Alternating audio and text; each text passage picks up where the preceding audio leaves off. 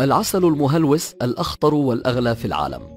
توجد خلايا النحل العملاقة على سفوح جبال الهيمالايا في نيبال، وتكون عملية جمع العسل محفوفة بالمخاطر الشديدة عند تسلق المنحدرات العالية على سلم من الحبال الرفيعة، كما أن الأمور تزداد صعوبة عند مواجهة أسراب نحل الأبيس لابوريوسا الغاضب للحصول على العسل الثمين.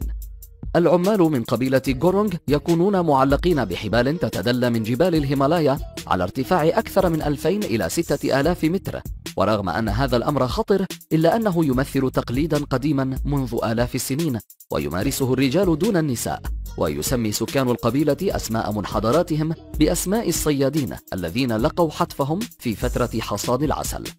هذا العسل البري يستخرج من رحيق أزهار نبات الرودودندرون السامة، وإن تناول هذا العسل يسبب تشنجات مؤلمة للذين يتناولونه بكميات كبيرة، لذلك يؤخذ على شكل جرعات صغيرة حتى يعتاد الجسم عليه.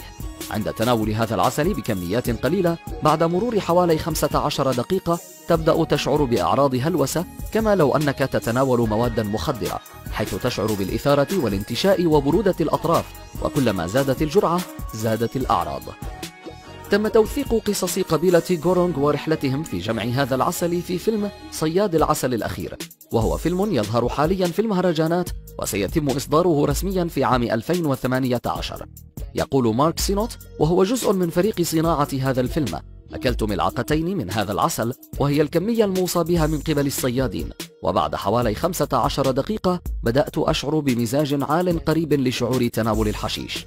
يتم جمع العسل مرتين في السنة، في الربيع والخريف، حيث يتجمع خلالهما القرويون ويتوجهون إلى جبال الهيمالايا. يبدأ الصيادون بعد استراحة الصباح بحمل حقائبهم على الظهر، حاملين معهم ما يلزم لتسلق الجرف بمساعدة حبال محلية الصنع وسلالم الخيزران.